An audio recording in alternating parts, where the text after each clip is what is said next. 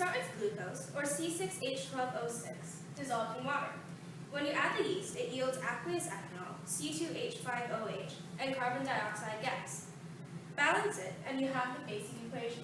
And then, to really see what's going on in the equation, we're going to add the oxidation number so you can understand how the flow of electrons creates the chemical reaction, as we're about to see here.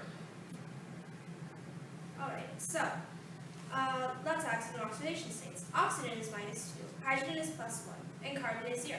In ethanol, the carbon partially gains 2 electrons. In CO2, 4 of its electrons mostly surround the 2 oxygens. So what does this mean? Well, each compound contains a certain amount of energy. Glucose contains a medium amount.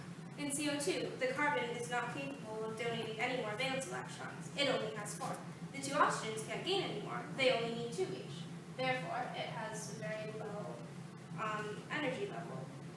In ethanol, 2 electrons mainly orbit the carbon. Ethanol actually contains a little bit more energy than glucose, but since CO2 contains so little energy, there's an overall drop in energy. The yeast consumes extra energy released. And now we're about to see how the reaction works. So you prepare a small flask of water, and then you put in 1.5 grams of yeast for every liter of water you have. Then add about 100 grams per liter of glucose, and let it settle for a few moments. Then you put a balloon on it to keep it away from the oxygen, because if it has access to oxygen, it'll snuff out the reaction and stop the fermentation and form the ethanol from taking place. And once you've gotten the balloon on, pull it tight down so that oxygen doesn't leak, and then you have to shake it a few times, because that lets you observe some bubbles maybe, and also it'll get the reaction going a bit faster by getting everything equally dissolved throughout it. And now, the uses of it. So first of all, for ethanol, for alcohol, it's the base of all the alcoholic beverages that are so popular today, like wines, beers, vodkas, all that stuff. And now, the big one, ethanol fuel.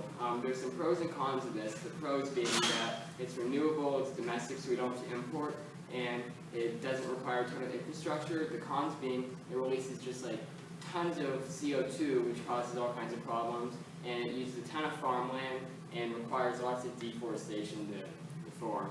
And then, so you can see there's a debate over whether it's actually that useful, but it can be useful in some ways. And then here's an example of a car that runs off pure biofuel.